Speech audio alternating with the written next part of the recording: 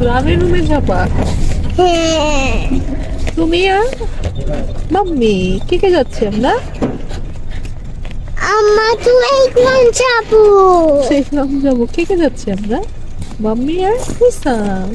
হ্যাঁ, আমাদের জীবনে কখন কোন মুহূর্তে কি হয়ে যায় আমরা আসলে কেউই কিছু বলতে পারি না। গ্রামের বাড়িতে যাওয়ার কথা ছিল আমাদের তিনজনের, কিন্তু হঠাৎ করেই আমার ফুফা শ্বশুর ইন্তেকাল করেন, যার কারণে পেটুসের ওইখানে যাওয়া লাগে আর আমার হুসামকে নিয়ে একা এই গ্রামে আসা লাগে। বাসার সবাই টেনশনে ছিল, আর কোনো উপায়ও ছিল না, কারণ সবাই চলে গেছে আগেই গ্রামে, শুধু আমি আর পেটুস হুসাম বাকি ছিলাম। তাই আর কিছুই করার ছিল না, হুসামকে সাথে করে আল্লাহর নাম নিয়ে রওনা দিয়ে দিলাম। আর আমার থেকে টেনশনে ছিল আমার বাসার মানুষ। আব্বু তো সেই আধা ঘন্টা আগেই নাকি এসে বসে আছে আমাকে নেওয়ার জন্য। আমি তাই না কোথায় নামি বাস থেকে, সারাটা রাস্তার মধ্যে আব্বু আর আমার বোনেরা যেই পরিমাণ আমাকে কল দিচ্ছে, আমি কোথায় আছি, কি করতেছি, কোন কোন ডিরেকশন দিয়ে আমাকে নেওয়া হচ্ছে, সবকিছু ডিটেলস আমাকে দেওয়া লাগছে। যাই হোক, আমি খুব ভালোভাবে বাসায় পৌঁছাইছি। আর এই তো বাসায় যাওয়ার পরেই তো সবার সাথে আড্ডা চলতেছে, খাওয়া দাওয়া শেষ করলাম। এরপর আমার বোনের হাজবেন্ড কিছু গান টান গাইলো। বড়দের সবাইকে নানুর বাড়িতে রেখে আমরা মামার বাড়িতে চলে আসি, মেয়েরা সব একসাথে ঘুমানোর জন্য।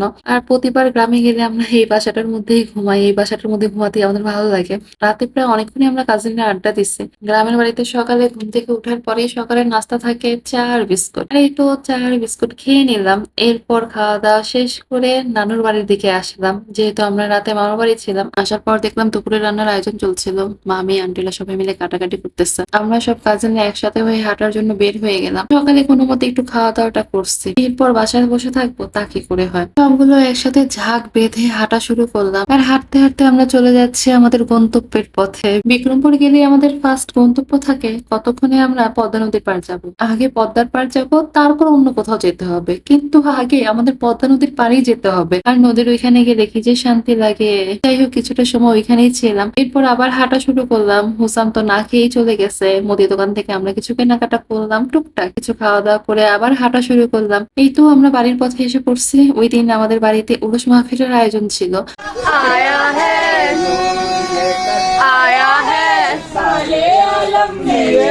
বাসায় গিয়ে একটু ফ্রেশ হয়ে তারপর আবার বের হয়ে গেলাম। বাড়ির পাশে মেলা বসছে, বাসায় কিভাবে বসে থাকে, কি কি নিয়ে বসছে তা তো দেখতে হবে। মেলার জন্য ছোট ছোট স্টল নিয়ে এক একজন বসছে। দুপুর থেকে এখানে এক একজন বসা শুরু করছে। সন্ধ্যা হলে তো এই রাস্তা দিয়ে হাঁটাই যায় না, তাই আর কি আমরা আগেই খাওয়া দাওয়াটা শেষ করতেছিলাম। কি কি আছে আগে খেয়ে নেই। ফার্স্ট দেখলাম ভেলপুরি আসছে, ওইখানে গিয়ে ভেলপুরিটা খেলাম। তারপর আমরা চলে গেছিলাম পেঁয়াজু খাওয়ার জন্য। দেখলাম গরম গরম পেঁয়াজু ভাজতেছে, পেঁয়াজু ভাজার ঘ্রাণটা যে কি সুন্দর আসতেছিল। সব দাঁড়ায় আছে পেঁয়াজু খাওয়ার জন্য, কতক্ষণে পেঁয়াজু ভেজে দিবে। আর সাথে তো এই যেরকম কই টই কি কি জানি আছে, এগুলো বিক্রি করতেছিল। ওই টুকিটাকি জিনিসগুলো খাওয়া দাওয়ার পরে আমরা চলে আসছি হাতে প্লেট নিয়ে দুপুরের খাবার খাওয়ার জন্য। বাবুর্চিকে দিয়ে দুপুরের রান্নার আয়োজনটা করানো হয়েছিল। আমাদের আশেপাশে যে গ্রামের মানুষগুলো ছিল তাদেরকেও ইনভাইট করা হয়েছে, দুপুরে সবাই একসাথে যেন খাওয়া দাওয়াটা করতে পারে। আর এই তো আমিও প্লেট হাতে নিয়ে দাঁড়ায় আসছি লাইনে, এক এক করে সবাইকে দেওয়া হচ্ছিল। এখানে ভাত বাড়তেছিল একজন, আবার আরেকজন তরকারি বাড়তেছিল।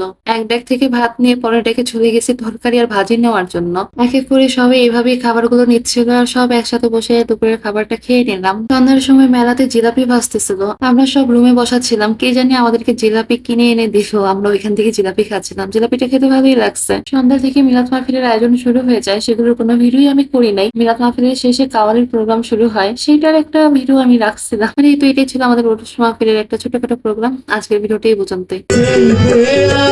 जब न था